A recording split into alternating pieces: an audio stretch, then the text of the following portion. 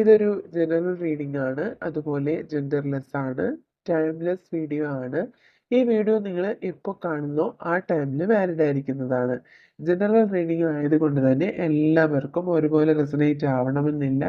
നിങ്ങളുടെ സിറ്റുവേഷനായിട്ട് മാച്ച് ആവുന്നുണ്ടെങ്കിൽ മാത്രം നിങ്ങൾ പോസിറ്റീവായിട്ട് എടുക്കുക. അല്ലാത്ത കാര്യങ്ങൾ വിട്ടേക്കുക.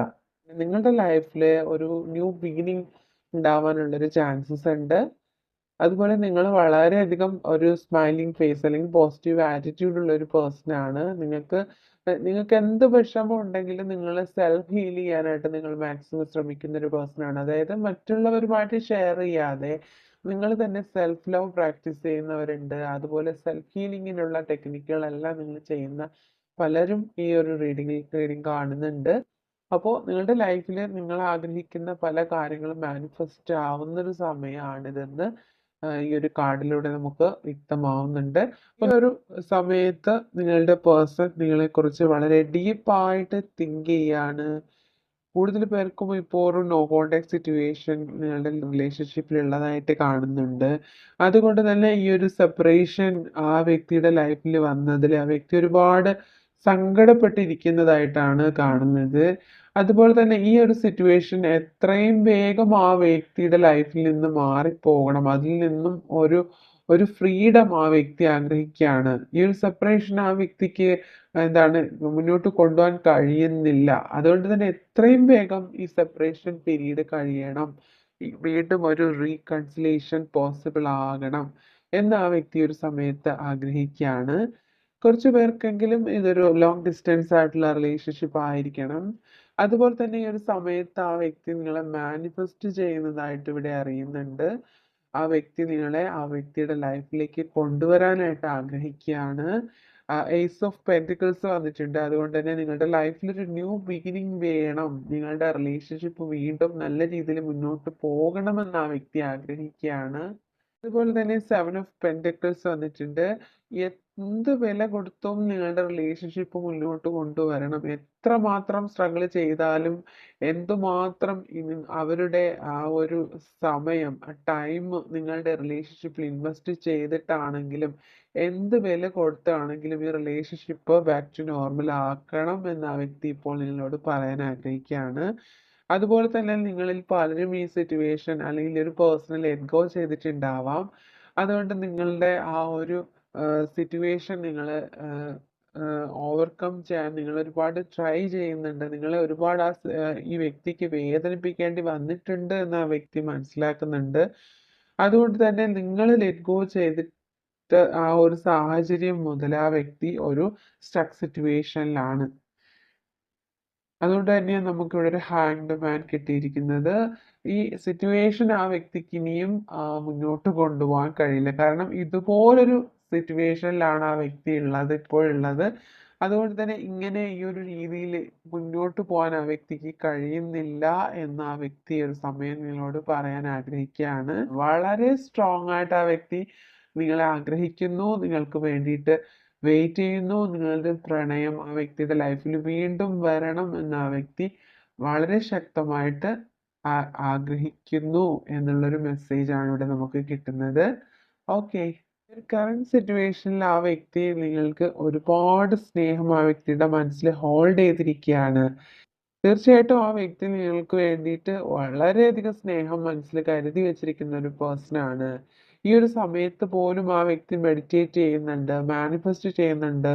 ആ വ്യക്തിയുടെ മനസ്സ് റിലാക്സ്ഡ് ആയിട്ട് ഇരിക്കാൻ ആ വ്യക്തിക്ക് കഴിയുന്നില്ലായിരിക്കണം.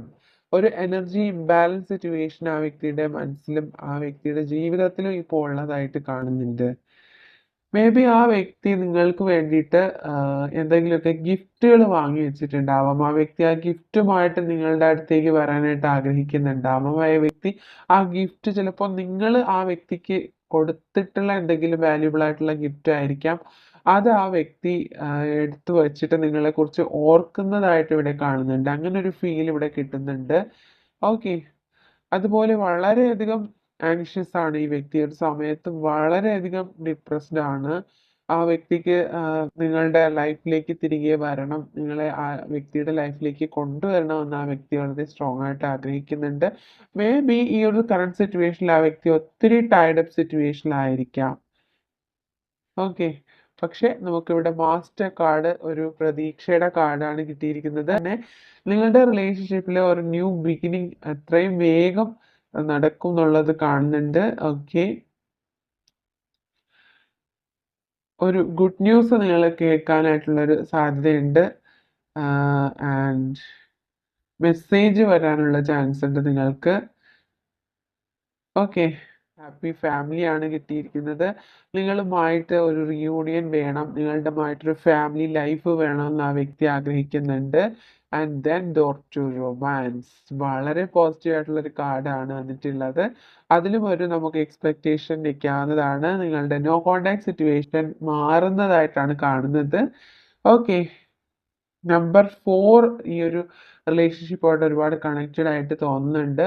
4 എന്നുള്ള നമ്പേഴ്സ് ഒരുപാട് കാണുന്നുണ്ട്. Okay, you are my life, my twin flame. Okay, ആ വ്യക്തിയുടെ ലൈഫ് തന്നെ നിങ്ങളാണെന്ന് വിചാരിക്കുന്നുണ്ട്. അതുപോലെ ആ വ്യക്തിയുടെ ട്വിൻ ഫ്ലെയിം ആണെന്ന് പോലും ആ വ്യക്തി ഇപ്പോൾ വിചാരിക്കുന്നുണ്ട് മനസ്സിൽ. And then I am waiting for the right time. Yes, ഒരു ഒരു റൈറ്റ് ടൈമിന് വേണ്ടിയിട്ട് ആ വ്യക്തി വെയിറ്റ് ചെയ്യാണ്. I am trying to oppose my obstacles in my life. ആ വ്യക്തിയുടെ ലൈഫിൽ എന്തൊക്കെയോ തടസ്സങ്ങൾ ആ വ്യക്തിയുടെ ലൈഫിൽ ഉണ്ട്. ഇപ്പോൾ ഈ റിലേഷൻഷിപ്പുമായിട്ട് ബന്ധപ്പെട്ടിട്ടുള്ള എന്തെങ്കിലും തടസ്സങ്ങൾ ഉണ്ടായിരിക്കും. അതെല്ലാം ആ വ്യക്തി ഇപ്പോൾ എതിർത്ത് തന്നെ നിങ്ങളിലേക്ക് വരാനായിട്ട് ശ്രമിക്കുന്നുണ്ട്. എന്തെങ്കിലും സിറ്റുവേഷൻ ആ വ്യക്തിയുടെ ലൈഫിൽ വളരെ നെഗറ്റീവായിട്ട് ഉണ്ടായിരിക്കാം. അതിനെല്ലാം ആ വ്യക്തി മറികടന്ന് നിങ്ങളിലേക്ക് വരാനായിട്ട് ആഗ്രഹിക്കുന്നുണ്ട്. You are always in my heart.